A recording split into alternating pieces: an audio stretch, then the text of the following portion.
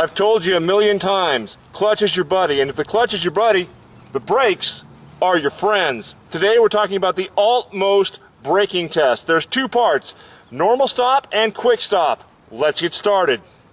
There are two kinds of braking you're going to do during the test, a normal stop and a quick stop. The normal stop, well, it's just a stop, dude. How hard is that? You're going to put the front wheel in a 3x5 box. A nice, easy, controlled stop. A normal stop. Don't come in looking down at the box. Please, keep your head and eyes up. You're going to see the box in your peripheral vision. You'll know where your front wheel is. If you start looking down at the box, well, yeah, it just gets ugly and feet come down too early. And what you're trying for here is a nice, normal stop. Shifting down to first gear, stopping with the wheel in the box. Don't be frightened if this is going to be after a right-hand turn. You might find this comes after the U-turn in some states and after the right-hand turn in others. Either way, you're just going to roll in, put that front wheel where you want it. Once you've done the normal stop, they're going to move you to the quick stop. It is really easy, and you shouldn't be nervous, because if you can make a nice quick stop, you can get stopped in traffic. They're just asking you to prove it. Yeah, the quick stop, or as some people like to call it, the panic stop. And I don't like the name panic stop because panic infers that you're not thinking and you want to be thinking while you're braking. Here's how it works. They line you up on the T. You're going to drive right down the same path you were using for the swerve. This time, when you get to the swerve line, you're going to brake. Yeah, nice controlled braking, head and eyes up, use the front and the rear, both brakes, get stopped in the shortest possible distance. Don't be surprised if the order of the day is to get to second gear. If they tell you to go to second, that's because they want you to downshift to first as you stop. Theory being, you're ready to go if there's something bad happening behind you. Just be aware, they may want second. If you got to go to second, it's going to be a quick shift. Just get it done. Downshift right away as you brake. Keys to doing this well, keep your head and eyes up. Look at the horizon. Feel the bike do its thing. One of these skills important? Oh, I don't know. How about every frickin' stop sign in the universe? Every intersection? And anytime something goes wrong. So you want to know the secret on how to do the quick stop. You want to know, oh, what's the best way? Here's the deal. It's in what I call the preacher's grip.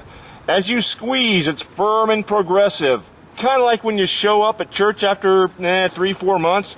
Yeah, the preacher comes over and just kind of bears down. Hey, where you been, Crash? What you been up to? Who you been talking to? What you been doing? That's what we're looking for. We're not looking for a politician's grip, which is a grab it and scare it and freak the bike out. A nice, firm preacher's grip. Bear down. Let them know that you love them and that you appreciate them. If you want to practice your normal stops, here's a way to do it. Go into the parking lot. Just ride down perpendicular to the stalls. Every couple of stalls, as your tire goes over the line, stop. You're going to know where that front axle is. You'll be able to feel it. It's right at the edge of your peripheral vision. When something disappears under your peripheral vision, your front tire is probably right there at it. Also, you want to practice getting going again, and this is a great way to practice going. As a law enforcement officer, a couple of really skilled ones told me the other day, nothing says, I don't know how to ride, like paddling away from a stop. And you can run over yourself if you've got bags on the back. You can practice your quick stop as well. Just come on down the line, pick that point you're going to stop at, and make a stop. Nice thing is, how wide are parking lot stalls? About 9 feet. Here's some numbers from Idaho Star that you can aim for. Just starting out, 20 miles an hour, you should be able to get stopped in 23 feet. That's a little about 2.5 parking places. At 25, 31 feet. At 30 miles an hour, you should be able to get stopped in 44 feet. If you've got chops and you've been working on this, from 20 miles an hour, you should be able to stop in 15 feet. At 25 miles per hour, you should be able to stop in 20 feet. And at 30 miles an hour, a skilled rider from 30 miles an hour, 30 feet. As always, remember, if you skid the rear, go ahead and release and reapply if the wheels are in line. If you skid the front, release and reapply.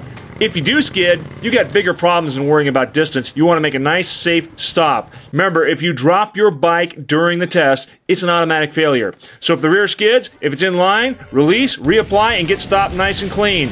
You know what? Surprise yourself. You might even make standard. That's it for me. Be safe.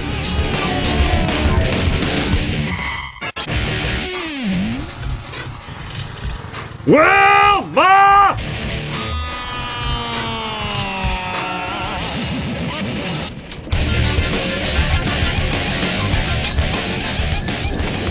Ain't it cool? I love it.